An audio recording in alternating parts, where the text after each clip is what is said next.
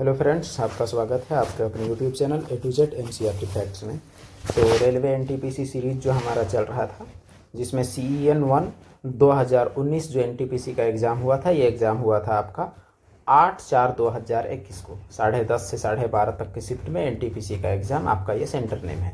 तो इस दिन जो एग्ज़ाम हुआ था, इससे हमारा जितने भी सवाल निकाले गए हैं जीके के, तो जीके के सारे सवाल हम लोग कवर करेंगे। तो जीके का एग्ज़ाम में सवाल कितना आता है? तो 40 आता है। इसमें से जो करेंट अफेयर से जो सवाल थे वे 2021 के एतबार से थे, तो वे उन सवालों को इग्नोर करते हुए बाकी जितने भी सवाल हैं वो हम लोग कोशिश करेंगे कवर करने का। तो आप अगर चैनल में अब तक नए हैं तो आप ज़रूर जुड़ जाएं, आपको ज़रूर ही कुछ इस चैनल से लाभ मिलने वाला है जो कि आपके लिए फ़ायदेमंद होगा एनटीपीसी जीके के मामले में। तो चलिए शुरू करते हैं आज का पहला सवाल। पहला सवाल जो आपके सामने है, महात्मा गांधी ने रॉलेट एक्ट के विरुद्ध सत्याग्रह किस वर्ष किया था? तो रॉलेट एक्ट के विरुद्ध सत्याग्रह कब किया गया? 1922, 1920, 1919, 1921। तो इसका सही जवाब क्या हो जाएगा रॉलेट सत्याग्रह का? तो सही जवाब है 1919। आपको पता है कि 1919 में आया था कौन सा एक्ट? तो एक्ट आया था आपका रॉलेट एक्ट। रॉलेट एक्ट को हम लोग क्या कहते हैं? बिना वकील, बिना अपील और बिना दलील का एक्ट कहा जाता है। इस एक्ट को का विरोध किया गया कई जगहों पर, और इसी का विरोध में आपको पता होगा कि 13 अप्रैल 1919 को जालियांवाला बाग हत्याकांड हुआ, जो कि इतिहास में एक काला अध्याय के रूप में जाना जाता है। और उसी टाइम रॉलेट एक्ट के विरुद्ध में रॉलेट सत्याग्रह किसने शुरू किया? महात्मा गांधी ने। कब? 1919 में। और यह सत्याग्रह खिलाफत आंदोलन के साथ ही हुआ। अगला प्रश्न आपके सामने है। सवाल कहता है कि निम्न में से कौन सा ओपन सोर्स सॉफ्टवेयर नहीं है? Microsoft office, Linux, Android, Mozilla Firefox. तो सवाल यह है कि कौन ओपन सोर्स सॉफ्टवेयर नहीं है? तो इसका जवाब पहले देख लेते हैं। सही जवाब आपका क्या है? Microsoft office. अब आपके लिए यह जानना बहुत जरूरी है कि जो ओपन सोर्स सॉफ्टवेयर होता है वो क्या होता है। देखिए, बहुत सारा सॉफ्टवेयर ऐसा है जिसमें आप कोई भी फेरबदल उसका प्रोग्रामिंग के अंदर में कर सकते हैं, और उसमें फेरबदल कंपनी की तरफ से ही इजाज़त होता है कि आप कर सकते हैं। और लेकिन बहुत सारे ऐसे एप्लीकेशन हैं, ऐसे सॉफ्टवेयर हैं, सिस्टम सॉफ्टवेयर या एप्लीकेशन सॉफ्टवेयर, जिसमें आप प्रोग्रामिंग की मदद से भी छेड़छाड़ अगर आप कीजिएगा तो आप पर केस हो सकता है। तो ओपन सोर्स सॉफ्टवेयर ऐसे को बोलते हैं जिसमें कोई भी छेड़छाड़ कर सकते हैं। जैसे आपका लिनक्स, एंड्रॉयड और मोजिला फायरफॉक्स, ये ओपन सोर्स है। लेकिन माइक्रोसॉफ्ट ऑफिस यह बगैर लाइसेंस के नहीं चलता। आप कोई भी सिस्टम में बगैर लाइसेंस के इसे नहीं चला सकते। यह ओपन सोर्स सॉफ्टवेयर नहीं है। अगला सवाल आपके सामने।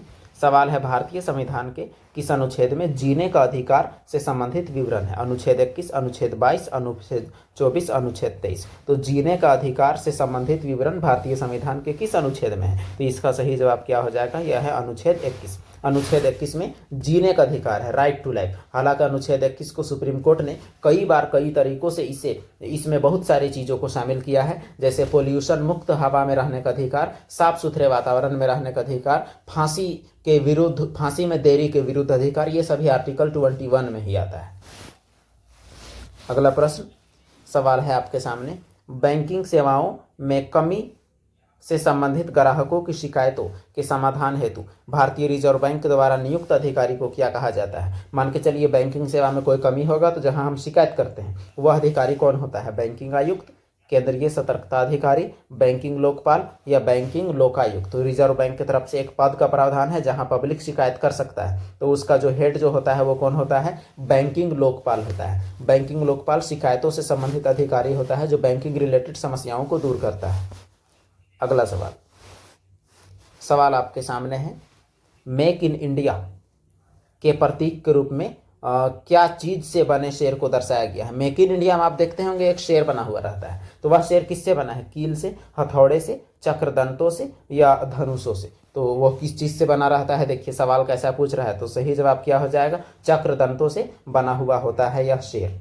तो बात यह है कि ये शेर आप कभी भी गूगल सर्च करके आप मेक इन इंडिया का भी आप देख ले, आपको पता चलेगा कि वो कैसे बना हुआ है।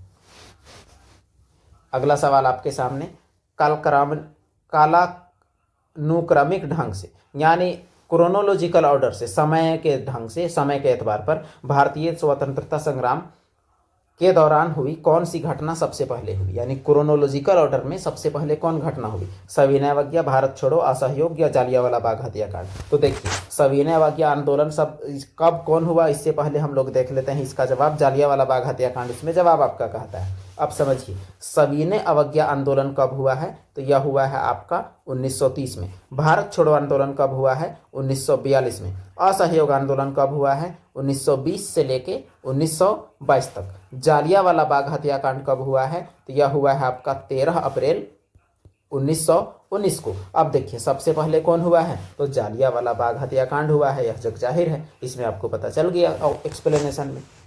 अगला प्रश्न की ओर चलते हैं। सवाल यहाँ कहता है कि अष्टक नियम लॉ ऑफ ऑक्टेव्स किसने प्रतिपादित किया था, John Dobereiner, Alexander Newlands, Lothar Meyer या दमित्री मेंडलीफ। तो इसका सही जवाब क्या हो जाएगा वो हम लोग देख लेते हैं। अष्टक का नियम, तो अष्टक का नियम पेश किया था कौन, अलेक्जेंडर न्यूलैंड्स। तो न्यूलैंड्स जिसके टाइम में कुल 56 तत्व ज्ञात थे, उसने अष्टक का नियम दिया, और अष्टक के नियम की तुलना सारे गामा पा धा नी से हम लोग कर सकते हैं, जिसमें प्रत्येक पहले तत्व का गुण 8वें तत्व से मिलता था। संगीत के 7 सुर, वैसे ही इसके 7 समूह, और 8वां का मिलता था, इसीलिए इसे क्या कहते हैं, लॉ ऑफ ऑक्टेव्स कहा जाता है।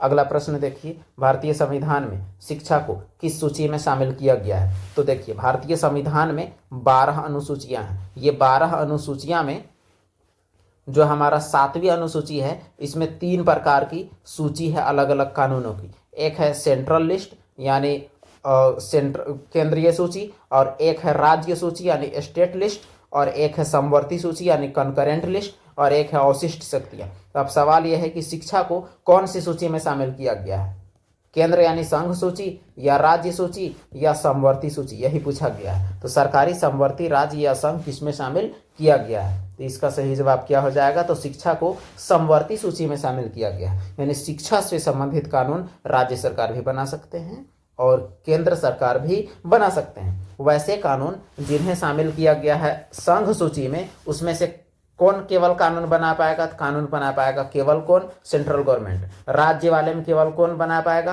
तो स्टेट गवर्नमेंट। और इसमें कौन बना पाएगा, तो स्टेट और सेंटर दोनों बना पाएगा। ये होता है 3 प्रकार की सूचियां। और समवर्ती सूची का जो कॉन्सेप्ट है, यह लिया गया है कहाँ से, तो यह लिया गया है आपका ऑस्ट्रेलिया से।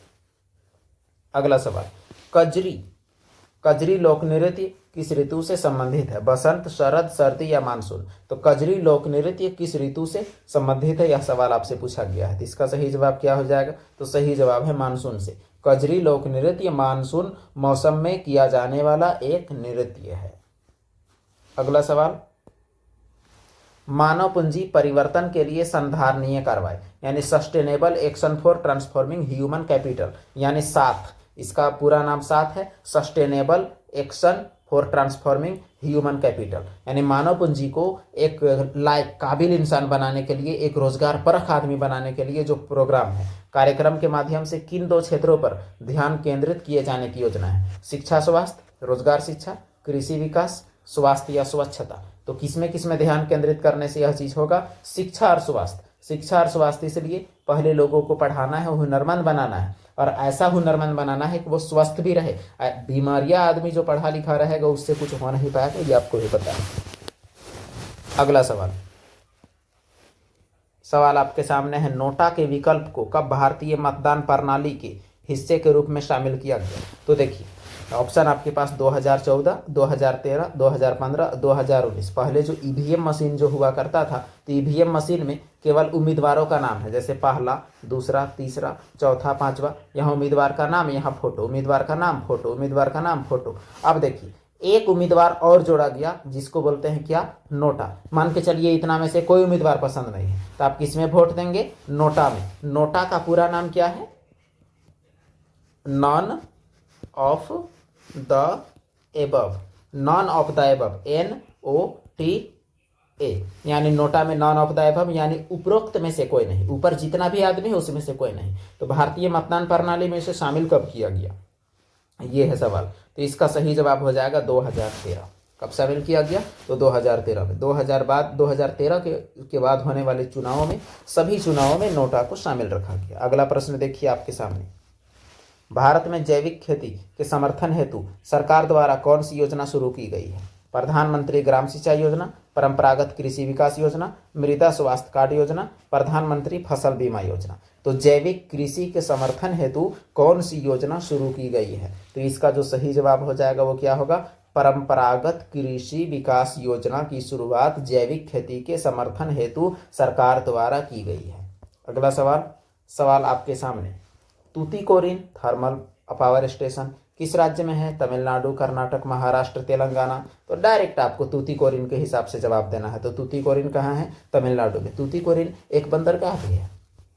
अगला सवाल कहता है, विश्व व्यापार संगठन इनमें से किसके लिए नियम निर्धारित करता है? आतंकवाद, वैश्विक व्यापार, वैश्विक भ्रमण और यात्रा और पर्यावरण। तो इसका सही जवाब क्या हो जाएगा? इसका सही जवाब हो जाएगा वैश्विक व्यापार। तो देखिए, WTO का स्थापना हुआ है कब? तो 1 जनवरी 1995 को। इसका मुख्यालय कहाँ है? इसका मुख्यालय है जेनेवा में। इसका स्थापना किसके स्थान पर हुआ है? तो एक संस्था हुआ करता था GATT। GATT का पूरा नाम क्या है? तो general agreement on tariff and trade, यानी ये जो इसका स्थापना हुआ है 1948 में, और इसके जगह पर बना है क्या? विश्व व्यापार संगठन। इसके जगह पर ही, यानी जो विश्व स्तर पर व्यापार को कंट्रोल करने का काम करता है। अगला प्रश्न,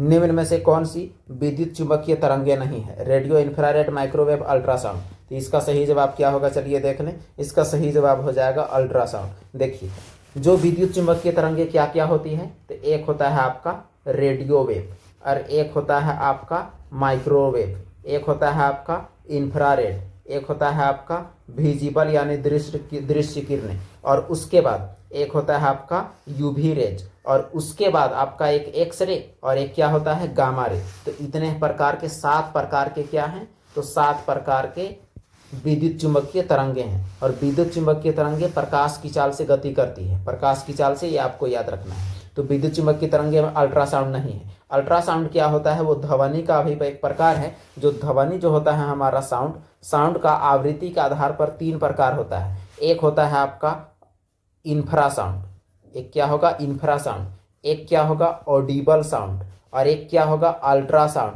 अल्ट्रा मतलब अइत, ज्यादा। तो इंफ्रासाउंड 20 हर्ट्ज से नीचे को बोलते हैं, और 20 से 20,000 को क्या बोलते हैं? ऑडिबल, और 20,000 से प्लस को क्या बोलते हैं? अल्ट्रासाउंड। तो ये साउंड का प्रकार है, विद्युत चुंबकीय तरंगों की नहीं। अगला सवाल आपके सामने, 14वीं सदी के दौरान भारत में किसने सोने और चांदी के नियमित मुद्राओं के स्थान पर सस्ती धातुओं से निर्मित सांकेतिक मुद्रा का उपयोग शुरू किया? सबसे पहले सांकेतिक मुद्रा कौन लाया? फिरोज शाह तुगलक, मोहम्मद बिन तुगलक, जलालुद्दीन खिलजी, अलाउद्दीन खिलजी। तो इसका सही जवाब क्या हो जाएगा? इसका सही जवाब हो जाएगा मोहम्मद बिन तुगलक, जिसे शॉर्ट में इतिहास में MBT भी कहा जाता है। तो मोहम्मद बिन तुगलक ने सबसे पहले सांकेतिक मुद्रा शुरू किया। राजधानी परिवर्तन भी सबसे पहले कौन किया उस दौरान में? तो मोहम्मद बिन तुगलक ही जवाब आएगा। मोहम्मद बिन तुगलक एक ऐसा राजा था जिसके मृत्यु पर एक लेखक ने लिखा कि राजा को प्रजा और प्रजा को राजा से मुक्ति मिल गई है। अगला सवाल, किस समिति की रिपोर्ट में भारत में 3 टियर पंचायत प्रणाली की शुरुआत की अनुशंसा की गई? यानी त्रिस्तरीय। शाहनवाज समिति, सच्चर समिति, अशोक मेहता समिति, बलवंत राय मेहता समिति। तो इसका सही जवाब क्या हो जाएगा? इसका सही जवाब हो जाएगा बलवंत राय मेहता समिति, जो कि 1957-58 के आसपास की समिति है। और इस समिति ने रिपोर्ट दिया कि पंचायत जो है वो कितना स्तरीय होगा? त्रिस्तरीय होगा। एक ग्राम स्तरीय, एक ब्लॉक स्तरीय, एक जिला स्तरीय। अगला सवाल, निम्न में से कौन सा कंप्यूटरों में प्रयुक्त होने वाला डेटाबेस सॉफ्टवेयर नहीं है? Oracle, FoxPro, MS Word, MS Access. Computer में प्रयोग होने वाला डेटाबेस सॉफ्टवेयर कौन नहीं है? तो सही जवाब है MS वर्ड, क्योंकि MS वर्ड जो है वो क्या है? MS वर्ड को बोला जाता है वर्ड प्रोसेसिंग सॉफ्टवेयर। ये एक वर्ड प्रोसेसिंग सॉफ्टवेयर होता है, बाकी जो है वो डेटाबेस से रिलेटेड सॉफ्टवेयर है। अगला सवाल, एक दिवसीय अंतरराष्ट्रीय क्रिकेट यानी वनडे इंटरनेशनल क्रिकेट के इतिहास में 3 दोहरा शतक बनाने वाला पहला बल्लेबाज कौन? यानी 300 रन लगातार। सचिन तेंदुलकर, वीरेंद्र सहवाग, विराट कोहली, रोहित शर्मा। तो इसका सही जवाब क्या हो जाएगा? सही जवाब जो आपका हो जाएगा रोहित शर्मा। रोहित शर्मा का अंतर्राष्ट्रीय क्रिकेट में वनडे इंटरनेशनल क्रिकेट मैच में 3 दोहरा शतक लगाने का रिकॉर्ड पहला बार है।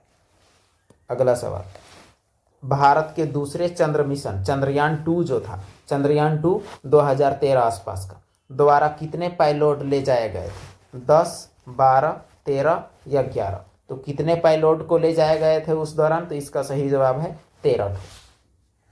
चंद्रयान मिशन कब लाया गया है पहली बार? तो 2008 में लाया गया है। अगला प्रश्न, उत्तरी अटलांटिक संधि संगठन North Atlantic Treaty Organization NATO का मुख्यालय कहाँ है? लिस्बन, मैड्रिड, ब्रुसेल्स या ओटावा? तो इसका सही जवाब क्या हो जाएगा? इसका सही जवाब हो जाएगा ब्रुसेल्स, जो कि कहाँ की राजधानी है ब्रुसेल्स? तो बेल्जियम की राजधानी है। ब्रुसेल्स बेल्जियम की राजधानी है और ब्रुसेल्स जो है वो यूरोपियन यूनियन, यूरोपीय संघ का भी मुख्यालय है। और उत्तरी अटलांटिक संधि संगठन क्या है? जब कोल्ड वार चल रहा था 1945 से शुरू होके 1990 तक तो चला कोल्ड वार। ये कोल्ड वार के दौरान अमेरिका गुट जो एक बनाया था, अमेरिका सैन्य संगठन, उसे क्या कहते हैं? उसे नाटो बोलते हैं। इसमें केवल उत्तरी अटलांटिक महासागर के अगल बगल रहने वाले देशों को यूरोप और अमेरिका से शामिल किया गया था। अगला सवाल, अवध के इनमें से किस नवाब ने लखनऊ में इमाम बाड़ा का निर्माण करवाया था? आसफउद्दौला, आसिफ शाह मिर्जा, शुजाउद्दौला या अमीनुद्दौला? तो अवध के कौन से नवाब ने लखनऊ का इमाम बाड़ा बनवाया? तो सही जवाब क्या है? आसफउद्दौला। अगला प्रश्न आपके सामने, निम्न में से कौन सा न्यूरॉन का हिस्सा नहीं है? कोशिकाएं, तंत्रिकाक्ष, शाखिका या कोन, शंकु? तो न्यूरॉन क्या होता है? हमारे शरीर में तंत्रिका तंत्र जो होता है और सिग्नल्स को इधर उधर ले जाने के लिए जो कोशिका होती है उसे न्यूरॉन कहते हैं। तो न्यूरॉन में क्या नहीं है? तो न्यूरॉन में जो नहीं है वो क्या है? शंकु। बाकी ये तीनों के तीनों न्यूरॉन कोशिका में होती है। न्यूरॉन शरीर की सबसे लंबी कोशिका मानी जाती है। अगर आपसे पूछा जाए कि शरीर की सबसे लंबी कोशिका कौन है, तो आपका जवाब क्या होगा? न्यूरॉन। अगला सवाल, मारूनी नृत्य किस भारतीय राज्य से संबंधित है? सिक्किम, उत्तराखंड, त्रिपुरा या अरुणाचल प्रदेश? तो स्टैटिक जीके का यह सवाल, इसका सही जवाब है सिक्किम। मारूनी नृत्य कहाँ से संबंधित है? तो जवाब है आपका कि सिक्किम से संबंधित है। अगला प्रश्न आपके सामने सवाल है आपके सामने, महात्मा गांधी समुद्री राष्ट्रीय पार्क कहाँ स्थित है? लक्षद्वीप, अंडमान निकोबार, चंडीगढ़ या दमन और दीव? तो इसका सही जवाब चलिए आपके सामने रिवील किया जा रहा है। सही जवाब है अंडमान निकोबार द्वीप समूह। तो बंगाल की खाड़ी में स्थित भारत का एक द्वीप समूह जिसे अंडमान निकोबार द्वीप समूह कहते हैं, वहां महात्मा गांधी समुद्री राष्ट्रीय पार्क स्थित है। अगला प्रश्न, किसके अलावा निम्न में से सभी खरीफ फसलें हैं? बाजरा, रागी, मक्का या गेहूं? तो किसके अलावा सभी खरीफ फसल हैं, यानी आपको रबी पहचानना है। तो आपका ठंडा में कौन होता है? गेहूं। तो आपका जवाब होना चाहिए गेहूं। तो इसका सही जवाब देखें गेहूं। अब रबी और खरीफ का सीधा कहानी है। जिसे बरसात में बोया जाता है वो क्या होगा? खरीफ। जिसे ठंडा में बोया जाता है वो क्या होगा? रबी। ज़्यादा कुछ दिमाग लगाने की इसमें ज़रूरत नहीं है। अगला प्रश्न, निम्नलिखित में से कौन सा कैल्शियम कार्बोनेट का एक रूप नहीं है? खड़िया, जिप्सम, चूना या संगमरमर? तो जो कैल्शियम कार्बोनेट होता है जो कि चूना का कार्बोनीकरण से बनता है, जैसे आपका CaO चूना है, इसमें अगर कार्बन डाइऑक्साइड जोड़ देंगे हम लोग तो क्या बनेगा? CaOCO3। इसे बोलते हैं कैल्शियम कार्बोनेट। तो इनमें से चारों में से 3 कैल्शियम कार्बोनेट का ही एक रूप है। तो कौन है जो नहीं है? तो इसका सही जवाब क्या होगा? सही जवाब होगा जिप्सम। क्यों? क्योंकि जिप्सम जो है ये क्या है ये आपको बताएं, CaSO4 यानी कैल्शियम सल्फेट का 2H2O जो होता है वो होता है जिप्सम, और CaSO4 का हाफ H2O जो होता है उसे क्या बोलते हैं? Plaster of Paris. बाकी खड़िया, चूना, पत्थर, संगमरमर सब एक ही थाली के चट्टे बट्टे हैं। अगला सवाल, भारत में स्थित सुंदरवन राष्ट्रीय उद्यान कहाँ स्थित सुंदरवन संरक्षित वन के निकट है? तो भारत में जो सुंदरवन राष्ट्रीय उद्यान है उसके बगल में एक देश है और उस देश में सुंदरवन जंगल है। तो कौन सा देश है? म्यांमार, बांग्लादेश, भूटान या तिब्बत? तो तो इसका सही जवाब क्या हो जाएगा? इसका सही जवाब होगा बांग्लादेश। आपको पता होगा कि ये जो जैसे भारत का हम लोग मैप ऐसे बनाते हैं, इस प्रकार से हमारा जाता है। तो देखिए गौर कीजिएगा, तो यहाँ पर आपका क्या है, ये जगह आपका है बांग्लादेश, ये जगह, और यहाँ पर है सुंदरबन, और यहीं पर है क्या, सुंदरबन नेशनल पार्क। अगला प्रश्न, चौरा चौरी कांड की घटना के परिणाम स्वरूप किस आंदोलन को अचानक बंद कर दिया गया? दांडी सत्याग्रह, भारत छोड़ो आंदोलन, सविनय अवज्ञा आंदोलन, असहयोग आंदोलन। तो इसका सही जवाब क्या हो जाएगा? सही जवाब आपका हो जाएगा असहयोग आंदोलन। अब चलिए और इसका कहानी जान लेते हैं। असहयोग आंदोलन जो है वह आपका बाल गंगाधर तिलक की मृत्यु जिस दिन हुई 1 अगस्त 1920 को, तो उस दिन शुरू किया गया तिलक कोष की स्थापना के साथ। महात्मा गांधी ने आह्वान किया कि सभी देशवासी अंग्रेजों का जो सहयोग करते हैं वो ना करें, उनका केस ना लड़े, उनका कपड़ा ना धोए, उनके बाल ना काटें, उनके स्कूलों में ना जाएं, उनका वकालत ना लड़े, सब चीज़। अब देखिए 1920 में चला यह आंदोलन, बहुत बढ़िया चल रहा था कि 1922 में एक कांड हो जाता है 5 फरवरी को गोरखपुर में चौरा चौरी नामक स्थान में पुलिस वालों को जला दिया जाता है, 22 पुलिस वालों को जनता के द्वारा। महात्मा गांधी 11 फरवरी को इस हिंसा की जिम्मेवारी खुद लेते हुए इस आंदोलन को वापस ले लेते हैं। तो कौन से आंदोलन को? असहयोग आंदोलन को। अगला सवाल, विश्व बैंक की एक संस्था अंतरराष्ट्रीय पुनर्निर्माण और विकास bank IBRD, international bank for reconstruction and international bank for IBRD होगा, रिकंस्ट्रक्शन एंड डेवलपमेंट की स्थापना किस वर्ष की गई? 45, 43, 44 या 46? तो इसका सही जवाब क्या हो जाएगा? इसका सही जवाब हो जाएगा 1944। देखिए 1944 में अमेरिका में के लंकाशायर में एक जगह है ब्रेटन वुड्स, और ब्रेटन वुड्स में 2 संस्थाएं एक ही दिन बनी 1944 में, मीटिंग हुआ था उसमें। एक बना IMF, इंटरनेशनल मॉनेटरी फंड, और एक बना IBRD, जिसे क्या कहा जाता है? विश्व बैंक कहा जाता है। तो ब्रेटन वुड्स की जुड़वा संतान विश्व बैंक और IMF को कहा जाता है। दोनों का मुख्यालय कहाँ है? तो वाशिंगटन में है, और यह स्थापना कब हुआ है? 1944 में। अगला प्रश्न आपके सामने सवाल है, वर्म का रूप क्या है? World open receive many, wireless once receive many, write others read me, write once read many. तो इसका सही जवाब क्या हो जाएगा? चलिए तलाश करते हैं। तो सही जवाब आपका है राइट वंस रीड मैनी, यानी लिखो एक बार पढ़ो बार बार। ये कंप्यूटर रिलेटेड टर्म है।